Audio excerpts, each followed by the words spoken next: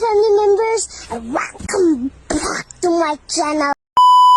Halo, kami dari kelompok 9 yang akan membahas tentang teori subaltern dari Gayatri Spivak, dan kami akan memperkenalkan diri terlebih dahulu. Saya Novi Krisdianti. Saya Simar Paunganan. Saya Jupranto Palaikan. Saya Jalviers Anitangyong. Selamat menonton. Perempuan selalu terjebak dalam struktur patriarki, dan perempuan juga seringkali dianggap sebagai manusia kelas 2 dibandingkan laki-laki. Perempuan dari komunitas pribumi, yang sering disebut sebagai perempuan dunia ketiga, menjadi sasaran kekuasaan kolonial. Mereka tidak pernah luput dari yang namanya penindasan, dan mereka seringkali kesulitan untuk mencapai kehidupan yang lebih baik. Dalam konteks ini, perempuan dipandang sebagai kelompok subaltern yang tidak pernah memiliki suara untuk melawan sistem patriarki yang menekan mereka. Menurut Spivak, perempuan subaltern dari dunia ketiga tidak pernah benar-benar memiliki kesempatan untuk mengekspresikan diri. Mereka seringkali hanya dijadikan alat untuk menarik simpati, yang kemudian dimanfaatkan untuk mempromosikan pandangan ideal tentang perempuan seperti yang digambarkan dalam masyarakat barat, yakni memiliki sikap yang anggun, bebas, dan mandiri. Ini adalah strategi kekuasaan kolonial yang berupaya menghancurkan budaya non-barat, sekaligus memaksa masyarakat timur untuk melihat dan memahami dunia layaknya masyarakat barat. Sebagai seorang kritikus feminis postkolonial, Gayatri Spivak terus-menerus mempertanyakan pemikiran barat kontemporer dengan menunjukkan bahwa wacana dan praktik budaya dominan seringkali mengecualikan dan meminggirkan kaum subaltern, terutama perempuan. Ya, teori subaltern yang diperkenalkan oleh Gayatri Spivak berfokus pada kelompok yang paling terpinggirkan di dalam masyarakat pasca kolonial, yang seringkali tidak memiliki suara dalam diskusi utama. Nah, dalam konteks komunikasi antar budaya, teori ini menyoroti ketidaksetaraan kekuasaan antara budaya barat dan non-barat. Nah, dalam interaksi, teori ini mengajukan pertanyaan penting tentang siapa yang berbicara, siapa yang didengar, dan bagaimana suara kelompok terpinggirkan dapat diangkat di dalam percakapan global. Nah, menurut Spivak, merujuk kepada kelompok yang secara sosial, politik, dan geografis yang kini terpinggirkan. Nah, konsep ini berasal dari pemikiran Antonio dan mengacu pada kelompok yang tidak memiliki suara dalam struktur kekuasaan. Nah, Spivak menekankan bahwa tidak semua perempuan dapat dianggap subaltern, karena beberapa dapat menjadi penindas bagi yang lain. Nah, dalam konteks ini, perempuan subaltern adalah yang paling terpinggirkan. Nah, Spivak juga mengkritik bagaimana perempuan subaltern ini seringkali tidak dapat diekspresikan dari mereka yang menjadi objek di dalam narasi dominan, baik oleh kekuasaan kolonial maupun patriarki tradisional.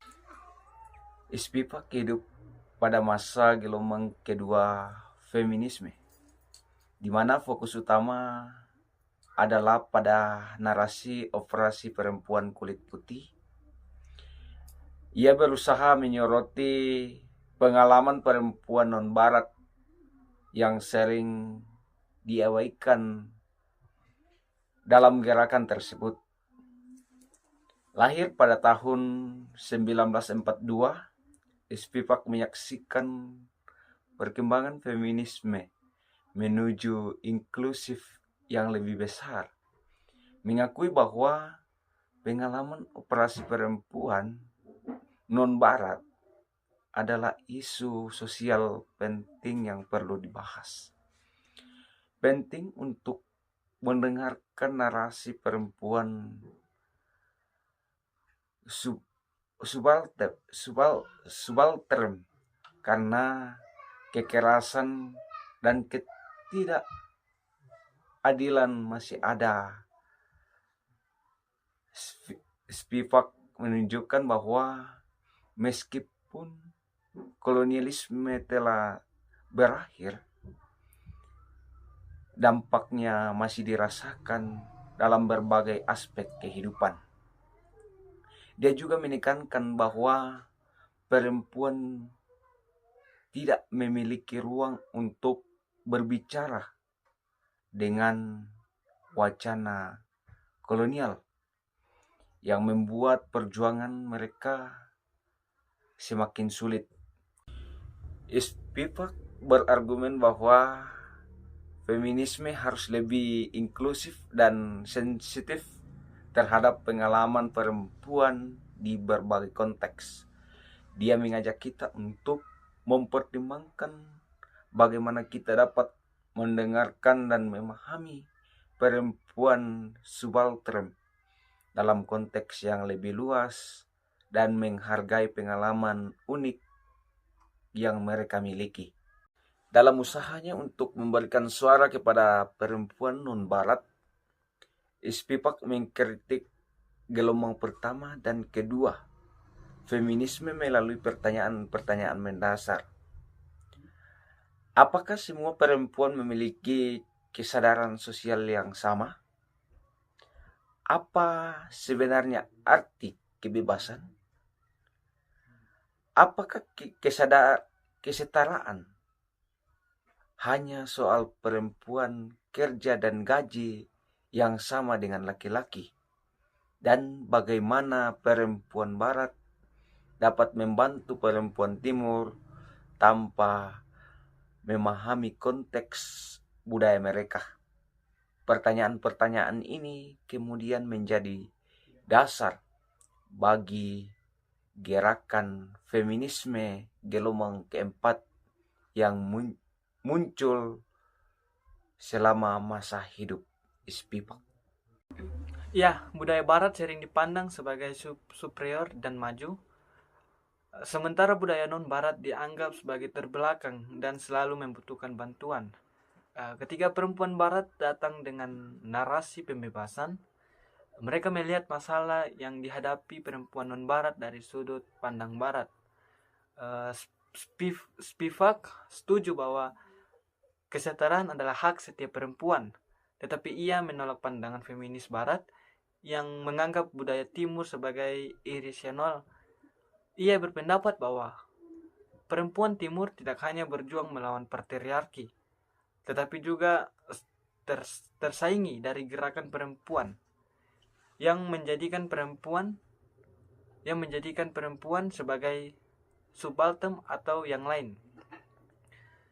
Pemikiran feminis barat seringkali menunjukkan superioritas dalam penilaian mereka, seperti ketika mereka melihat hijab sebagai bentuk opresi atau ritual sute di India.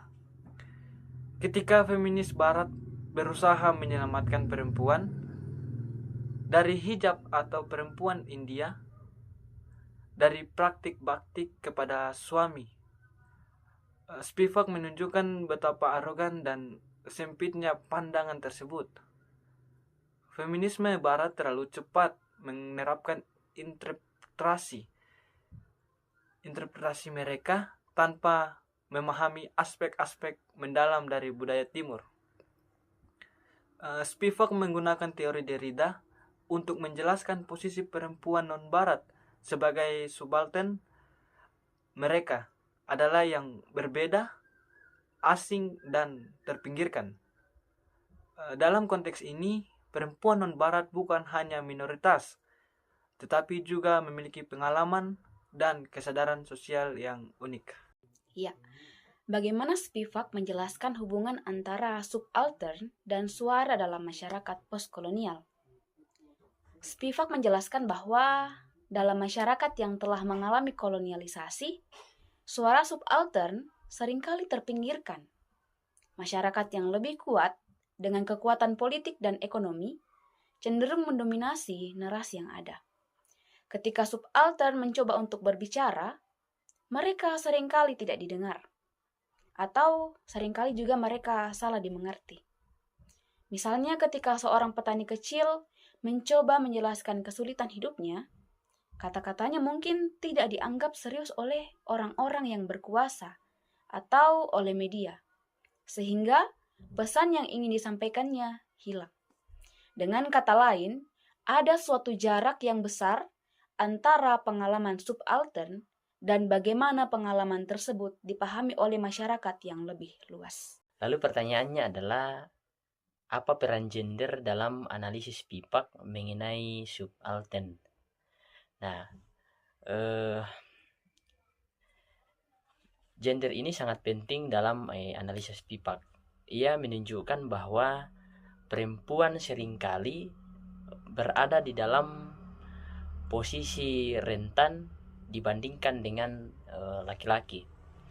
Bahkan di antara kelompok subaltern,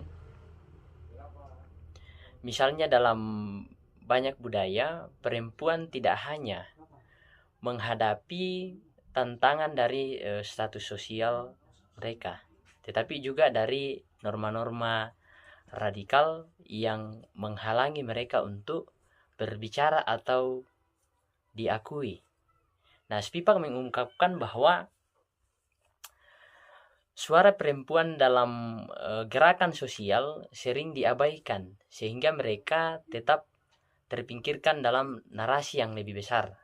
Nah, dengan memahami peran-peran gender, kita bisa melihat bagaimana sebenarnya pengalaman perempuan sebelum bisa subaltern ini biasa sangat berbeda dengan rumit.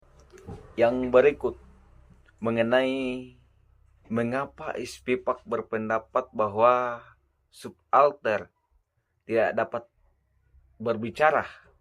Apa implikasinya? Pertanyaan bahwa subaltern tidak dapat berbicara berarti bahwa meskipun mereka memiliki pengalaman yang berharga, seringkali tidak memiliki ruang atau platform untuk menyampaikan suara mereka dengan cara yang dimengerti oleh orang lain. Implikasinya adalah bahwa upaya untuk membantu subaltern berbicara sering kita tidak cukup karena tidak mempertimbangkan konteks di mana mereka hidup. Misalnya, jika seorang akademisi mencoba untuk memberikan suara kepada kelompok yang terpinggirkan tanpa benar-benar memahami budaya dan pengalaman mereka, maka usaha tersebut bisa jadi tidak efektif. Ini menunjukkan pentingnya mendengarkan dan memahami perspektif subaltern secara langsung. Ya, bagaimana teori subaltern berinteraksi dengan teori-teori lain dalam kajian postkolonial? Teori subaltern memiliki hubungan yang erat dengan berbagai teori dalam kajian postkolonial. Misalnya teori orientalisme yang dikembangkan oleh Edward Said menunjukkan bagaimana Barat seringkali membangun citra tentang Timur yang tidak akurat dan merugikan. Dalam hal ini, Spivak melengkapi pandangan tersebut dengan menunjukkan bahwa tidak hanya citra yang salah, tetapi juga kelompok yang terpinggirkan. Selain itu, teori feminisme juga berkontribusi pada pemahaman tentang bagaimana gender mempengaruhi pengalaman subaltern. Dengan menghubungkan teori-teori ini, kita bisa mendapatkan gambaran yang lebih lengkap tentang bagaimana kekuasaan bekerja di berbagai lapisan masyarakat. Selanjutnya, apa contoh konkret dari subaltern ini yang dapat diidentifikasi dalam konteks sejarah atau budaya tertentu. Nah, contoh konkret dari subaltern bisa ditemukan di banyak tempat. Misalnya di Amerika Utara, masyarakat adat seringkali terpinggirkan dalam narasi sejarah yang lebih besar, dan suara mereka seringkali tidak didengar dalam diskusi tentang hak tanah dan budaya. Dalam konteks India, petani kecil berjuang melawan kebijakan agraria yang merugikan juga bisa dianggap sebagai subaltern. Mereka seringkali tidak memiliki platform untuk menyampaikan keluhan mereka kepada pemerintah dan masyarakat luas. Nah, contoh-contoh inilah yang menunjukkan bagaimana subaltern dapat terpinggirkan dalam berbagai konteks sosial dan politik. Bagaimana kritik terhadap teori subaltern ini dapat memperkaya atau mengubah perspektif kita tentang kekuasaan dan pengetahuan. Jadi, kritik terhadap teori subaltern ini dapat memberikan wawasan baru tentang bagaimana kita memandang kekuasaan dan pengetahuan. Nah, beberapa kritik yang menyatakan bahwa meskipun Spivak itu berusaha untuk memberikan suara kepada subaltern, ada risiko bahwa interaksi termasuk dirinya berusaha untuk mewakili orang lain tanpa benar-benar melibatkan mereka. Nah, ini bisa dianggap sebagai sesuatu bentuk kolonialisasi intelektual. Nah, dengan mendengarkan kritik ini, kita bisa belajar pentingnya memberi ruang bagi subaltern untuk berbicara sendiri tanpa campur tangan dari pihak-pihak luar. Nah, hal ini membantu kita untuk memahami bahwa ada banyak cara untuk mengakui dan menghargai pengalaman subaltern tanpa mengambil alih narasi mereka. Yang berikut tantangan utama yang dihadapi oleh subaltern dalam menyampaikan pengalaman dan narasi mereka. Subaltern menghadapi banyak tantangan ketika mencoba menyampaikan pengalaman mereka. Salah satu tantangan utama adalah kurangnya akses ke platform komunikasi yang efektif. Misalnya, mereka mungkin tidak memiliki akses ke media massa atau pendidikan yang memadai untuk menyampaikan ide-ide mereka. Selain itu, ada juga hambatan bahasa. Banyak subaltern mungkin berbicara dalam bahasa daerah yang tidak dipahami oleh masyarakat yang lebih baik, yang lebih luas. Akibatnya, pengalaman mereka seringkali diabaikan atau disalahartikan. Tantangan-tantangan ini menunjukkan betapa sulitnya mereka untuk terlihat dalam diskusi yang lebih besar tentang identifikasi dan hak mereka. Bagaimana pendekatan Spivak terhadap subaltern dapat diterapkan dalam konteks sosial dan politik saat ini?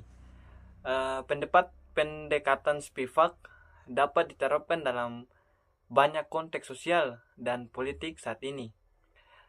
Dengan mendorong kita untuk lebih peka terhadap suara yang terpinggirkan, ini berarti kita perlu mendengarkan dengan seksama dan memberikan ruang bagaimana subaltern untuk berbicara tentang pengalaman mereka sendiri.